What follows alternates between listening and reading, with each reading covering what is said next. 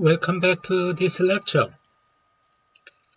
In this chapter, we have discussed the testing hypothesis for population mean, population variance, population proportion. These are very important testing, but you have seen their similarity. Since we have discussed the conservative decision-making for testing, we only focused on the null hypothesis. We plot the sampling distribution when null hypothesis is true. Then based on that, if it is located in the middle of a sampling distribution, we accept null. Depending on alternative hypothesis, if it is located at the right corner or left corner, then we decide whether we reject H0 or not. Today we are going to discuss a little different testing. Simply speaking, not only we are taking the alpha, the significance level, we also mind about the beta, that's probability of a type 2 error. Let's look at what it is.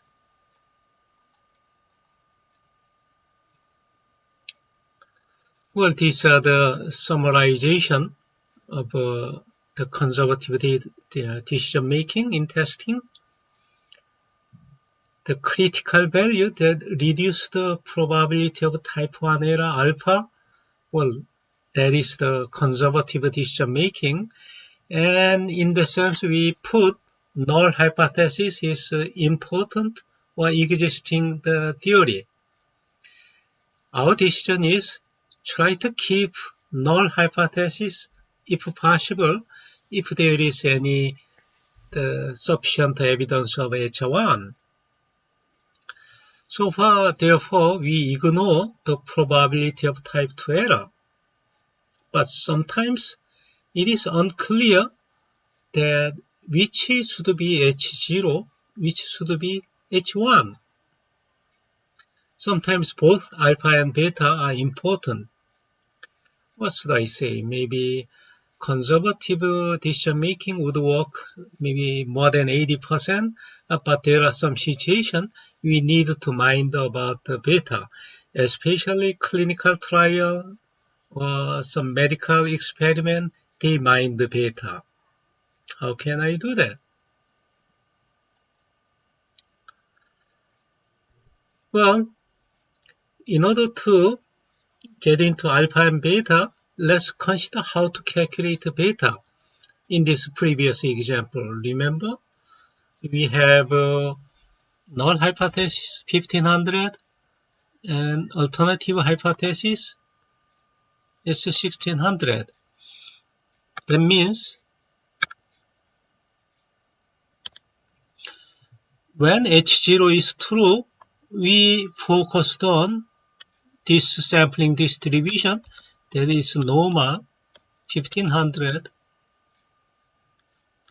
and then sigma square over n. Well, the H1 sampling distribution never considered. Therefore, we cut off point. Let's say if it is alpha 5%, well, we made a critical value such that this area is 5%. In case of a normal, that's 1.645 times standard error. We can calculate this critical value like this.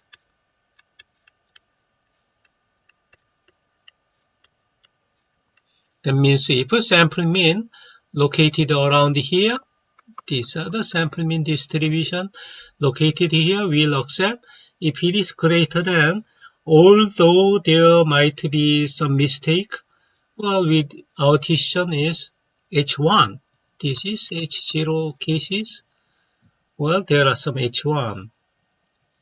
But in this situation, how can you find the beta? This is the distribution of H1 such that normal 1600 and then sigma square over n.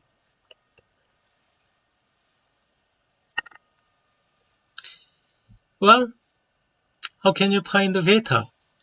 Beta graphically represents this area. That means using this value, critical value C, we want to calculate this portion. Well, notationally, its sample mean is 1560.06. When each one true, that means under this distribution. Therefore, we normalize that, subtract mean divided by standard error like this. That is the calculation of this value. In case of standard normal, minus 1.09. Therefore, it is 13.7%. That's beta.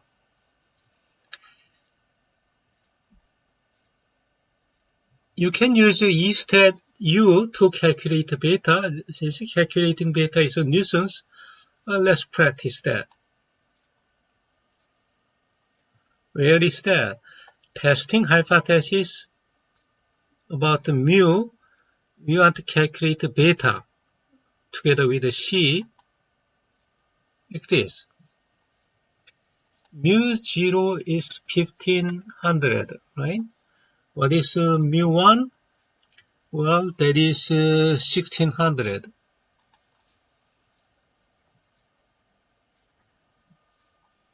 And then population standard deviation was 200, right?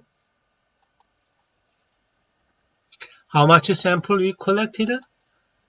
It was how much sample we collected? The sample was 30, okay? And insert 30 here. Click execute button will calculate the critical line C and the corresponding beta. Here it is redded area, okay? The area which has color red. Okay, they calculate beta like this.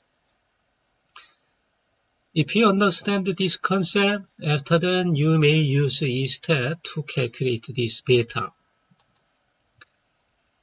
What's next? Well, if you switch this number to 1580, what would happen? Okay. I mean, rather than this 1600, I want to switch it. The alternative hypothesis is a little less than that. That means I expect the beta value is larger than this one. Let's check that. I want to replace, this is 1580. Okay.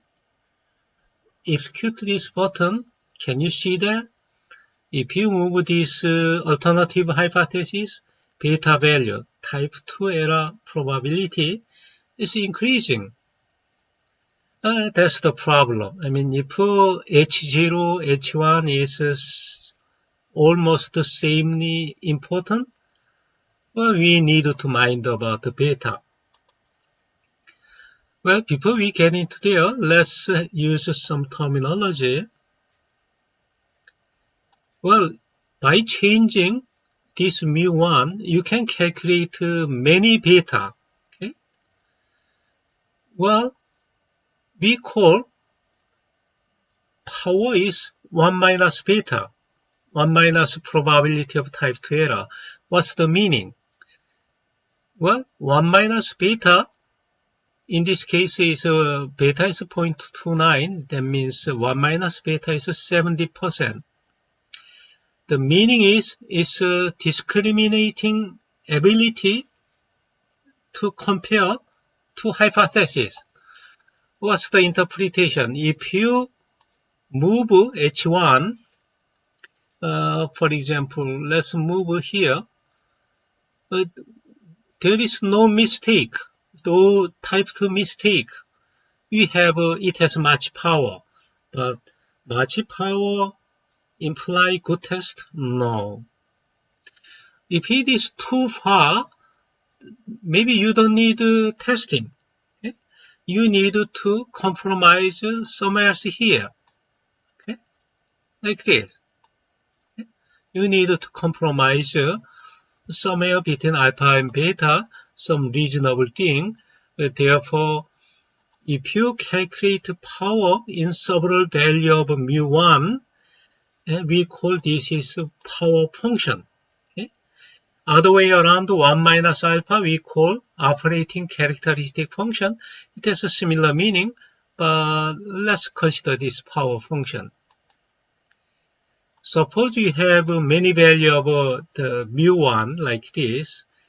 Well, by using E-stereo, you can easily calculate that. If I plot power function, it looks like this. Well, we usually, if it has, sharp curve like this, then on somewhere here, maybe you might have some optimal decision easily. If it is a slow curve, well, beta 1 is located here, it doesn't give you anything. The reason we are calculating power is, well, that's 1 minus beta. That's the probability you calculate what? 1 minus beta imply when H1 is true, you will accept H1. That's 1 minus beta. Okay? Well, if we are watching this, if there is a somewhere curve, that is the optimal decision about the H1. Okay? That's the reason we are watching these things. Okay, now let's discuss how to make a decision using alpha and beta. Look at this. It's the same question. Mu equal 1500. H1 is 1570. I want to find the sample size n and decision rule which satisfy alpha 5%, beta equal 10%. Assume this standard deviation is 200. How can you calculate alpha and beta?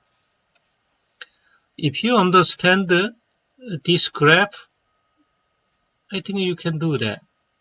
You need to plot two sampling distribution about the sample mean. This left-hand side is 1500 and then sigma square divided by n. This right-hand side is 1600 and sigma square divided by n.